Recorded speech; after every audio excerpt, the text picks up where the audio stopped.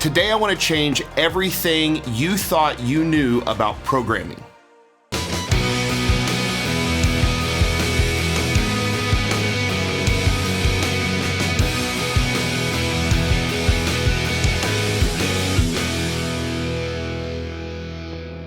Typically, if you're doing a program and that program stops working, you just move to another program.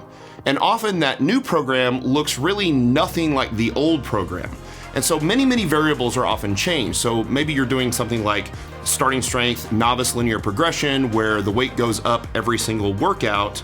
And when that stops working, you might change to a completely different sort of program, maybe a 4-day split, or go to Texas method. The problem with that is that when we change multiple variables at one time, even if the new program works, we don't know what worked. We don't know what variable made the difference.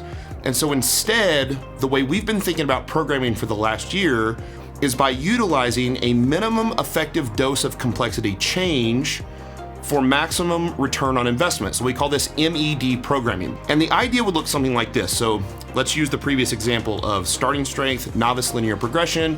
When that stops working, you just move on to Texas method as outlined in practical programming. However, we think there's actually a better way to do those things. We actually think that novice linear progression is the best program for novices. And we think the Texas method, even as written, is a pretty solid program for intermediates. But you don't tend to go from novice to intermediate overnight.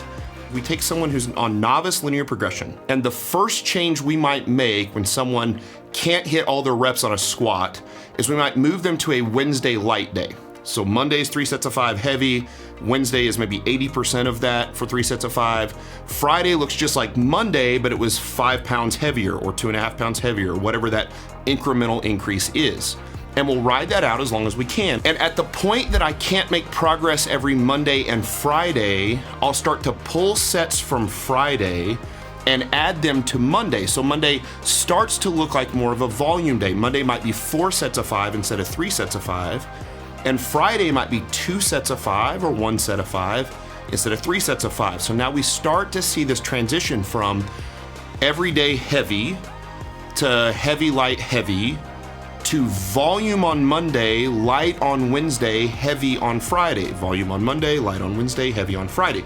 Minimum effective dose changes in order to continue to make progress and the biggest bang for our buck. And by the way, it doesn't always work. But if it doesn't work, we know it didn't work.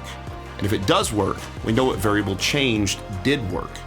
And so these are the changes we make. When we get to eventually, we'll pull another set from Friday, we'll add another set to Monday. Now we have the Texas method. From there, you could actually move to a 4-day split where you're still doing Texas method.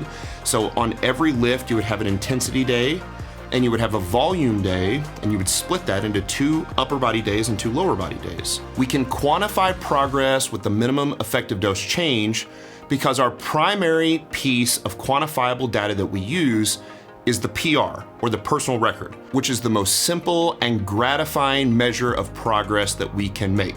The PR consistently drives our goals, our progress, our metrics, and our motivation in the gym. And that doesn't always mean a 1 rep max PR. Maybe it's a PR for reps, maybe it's a volume PR, maybe it's a tonnage PR, but the PR is the main piece of quantifiable data we use. So next time when your program stops working, rather than throw it in the trash and pick up a new program that's completely different, make one change and see if you can continue to make progress. If you change one variable, we can test that variable, or we can test that minimum effective dose change in the lab of the weight room, truly use the scientific method to see if it worked.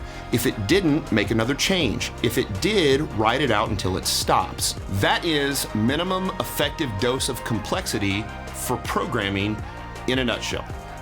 For more great videos on programming and programming theory, click the link right there.